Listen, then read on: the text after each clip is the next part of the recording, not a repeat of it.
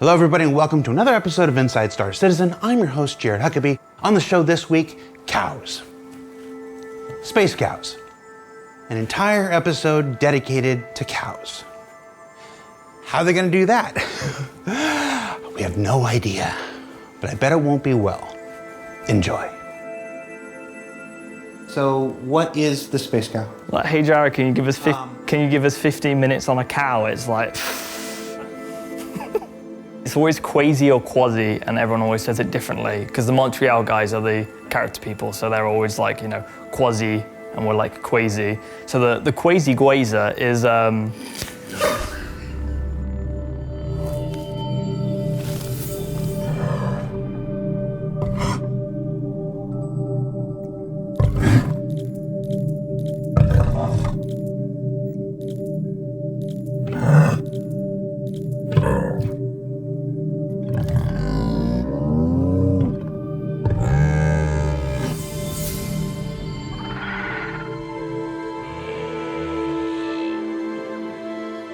Why do creatures matter? What do they add to our video game? well, this is a cow and it moves, so it's incredibly exciting.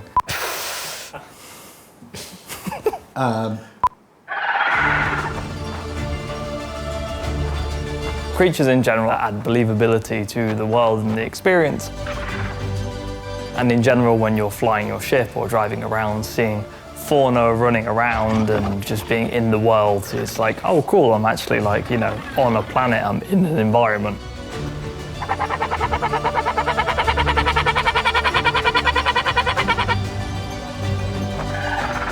They present lots of opportunities for unique gameplay situations and allow you to see the landscapes perhaps in a new way.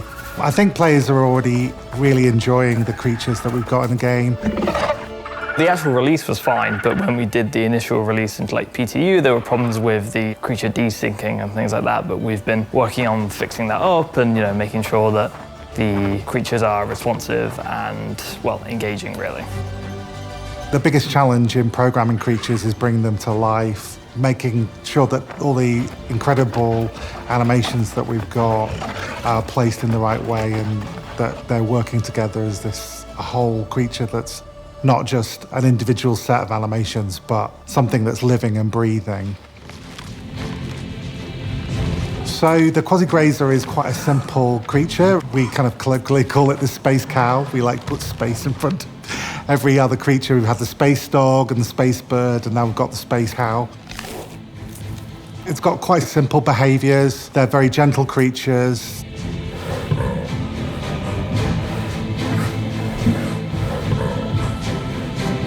We look at how cows look, well, not how they look, but how they act, and, you know, they're space mooing and, you know, they're eating grass, they're roaming around in herds, and, well, except the main difference is that they have eggs, which is pretty gross. Talk to me about space mooing. What's space mooing? He wants me to do the noise, and I'm going to refrain. I'll let one of the audio people handle that. But what we always give direction to the audio team is just like, we'll be like moo, and then parenthesis like alien or space, just so they don't end up like, you know, just giving us a regular moo. Because, you know, cows actually have regional accents. So if you listen to a cow moo in the south of England or the north of England, they sound very different.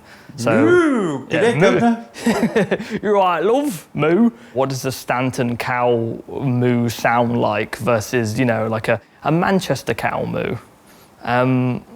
We're getting off topic. Yeah, we are. There are 5 different types of quasi-grazers in 4.0, and you'll see them scattered in various biomes. The desert variant of the quasi-grazer is the one you're all familiar with, that you've seen in like the Star Engine trailer, and it is going to be on Hurston. It doesn't have fur. It's made for the desert, so it's more like a thick skin. It's similar to a cow, but it doesn't have horns. It has a typical amount of eggs for a quasi-grazer. What is a typical amount of eggs? It is randomized, but there is like a typical medium that we go with. It's consistently inconsistent. So some cows will have more eggs than others? Yes. Why? Because you think of like Spanish cows, right? They tend to be a lot skinnier than like North American cows because they like eat a lot more. They have access to like a lot more water, they've got a lot more food versus like hot areas. Do you think this is a good use of your time, Zach? I think I am sick at looking at videos of cows and sending them to animators and be like, no, the tail needs to move like this. The next kind is the boreal forest, which is quite nice as they are on microtech. You'll see that it has hair around its neck and its faceplate is more pronounced. So they will be spawning near copions and near the marrocks as well. And if they ever end up crossing paths, there will be arguments between them. I don't think that the copions will loot the cow eggs, but it just means there's a nice systemic gameplay that you can come across where a copion has hunted a cow in this case. The grasslands version of the quasi-grazer, you'll see that they have darker fur and, in general, a more darker shade on their skin as well. The grassland quasi-grazer looks more like a buffalo with the way its fur is made. Like the desert quasi-grazer, it also has eggs that you can loot. They live in the savanna area of microtech. And it will be joined by a jungle variant, which will be sharing the savanna for the time being. And lastly, the one I'm most excited about is the Arctic variant. You will find the tundra space cow in the tundra, the more cold areas of microtech. The Arctic space cow we did was one animal that we actually had to do fully covered in fur, which is quite a challenge. I remember Chris saying we want to see hordes of them passing by, so he's talking about 20 or 30 or even hundreds of them passing by. So it would have to be really optimized, and at the same time would have to hit the quality bar. We managed to create a very interesting, fluffy creature that you're going to be able to enjoy very soon. It's fully covered in hair, and it's using similar tech to what we have on the human beings. You imagine like winds and when it moves and things like that, its fur is basically fully reactive to those elements. So it makes the animations come a lot more alive, and it really shows how having these simulated elements on the creature using our hair tech is just gorgeous. We're also very excited to see how this opens up a lot of possibilities and opportunities for the creatures in the future, as this was a breakthrough for us to be able to cover such a large creature with so much fur. The ones with fur look really super cute. I think we want some tongue physics in there as well, because normal cows are quite licky. Okay, the views and opinions of Andrew Davies do not represent those of Cloud Imperium Games, Robert Space Industries, or its subsidiaries. I'm having to say this too much lately. Interestingly, it is the only variant without eggs, and instead you'll be able to loot this creature's tongue. What? Yeah, the tongue. Andrew talked about the tongue. He wanted to add tongue physics. Yeah, no, probably not. It'd be a bit weird. What noise does a tongue detaching make anyway? You know what I mean? Like.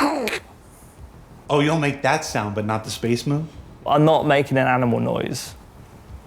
It's not the weekend yet. One of the really cool features we've got is that the creatures respond to the day-night cycle. During the nighttime, they're more likely to be sleeping, whereas during the day, they're more likely to be grazing. It's a very non-lethal kind of set dressing for planets type of animal. The real trouble comes if you disturb these gentle creatures by attacking them or as there's a hostile nearby. If you are mean to the cows in any capacity, what they will do is the majority of them will run away. However, one will come and knock you over. And it will only do a small amount of damage, but I would like to track the telemetry on how many people die to them, which would be interesting. They can be quite deadly, as cows are in real life. 4 or 5 deaths in the UK every year by cows. So yeah, it's quite a dangerous creature if you raise its anger. Do you ever consider making them mourn the death of another? That's really depressing. One of my team is very, very keen to get petting of quasi-grazers in there, but I think that's a whole other feature that I'll have to wait for another day. Let us pet the cow. What happens if you are aggressive with the cow? If you are aggressive to the cow, one cow will end up charging you and knocking you over. Oh!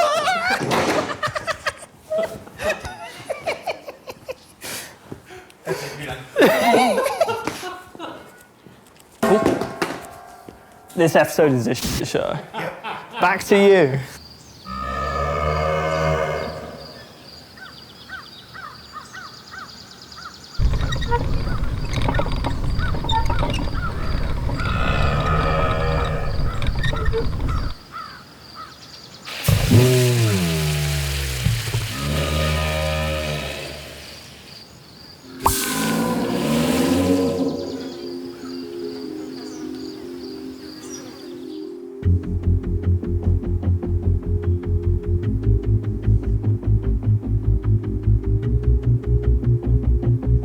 So for the next release, we're getting some new features for the character customizer that I think you're really gonna like.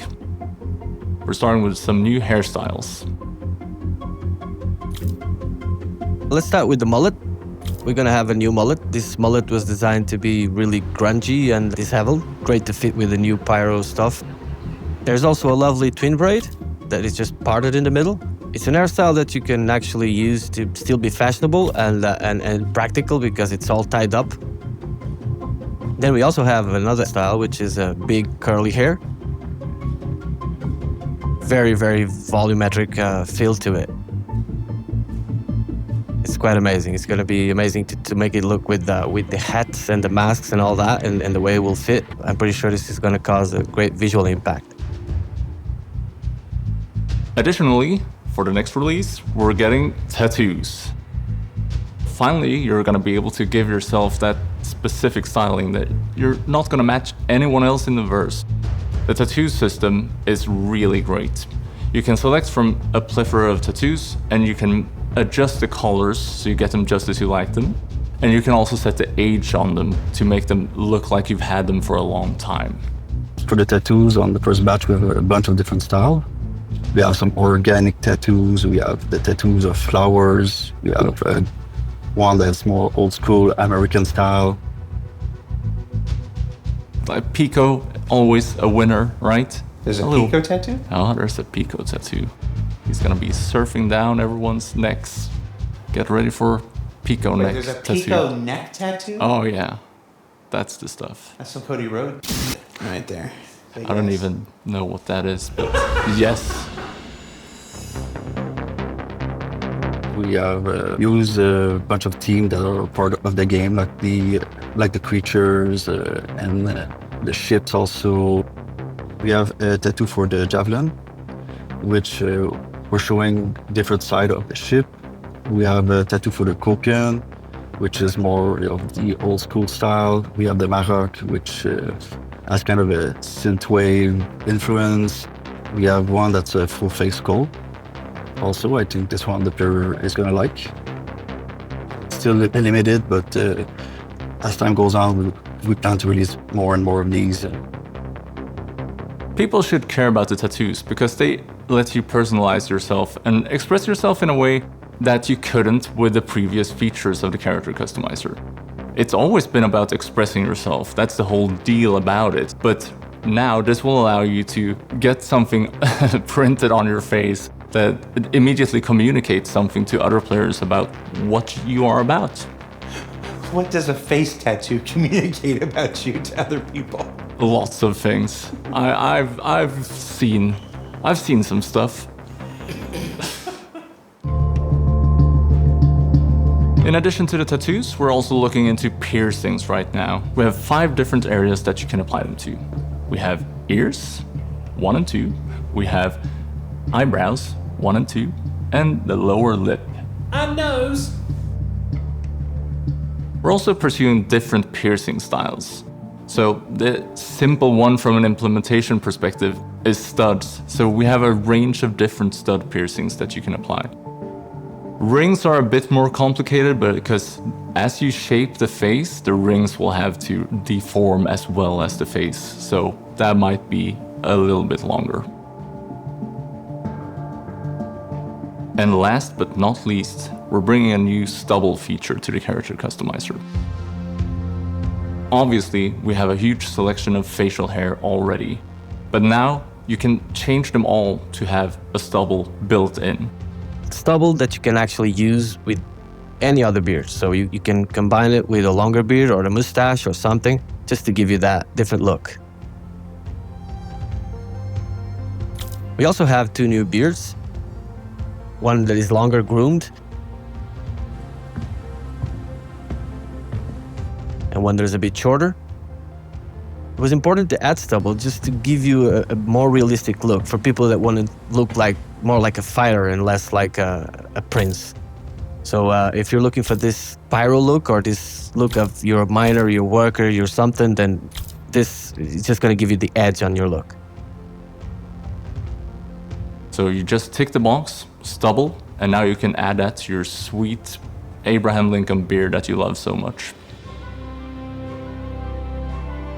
So that's all of the new features for the character customizer for the next release. Sorry if we couldn't show you everything today, but we're working hard on it.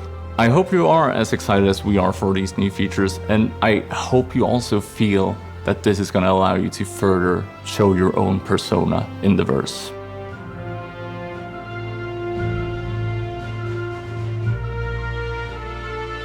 So, what did we learn this week? Well,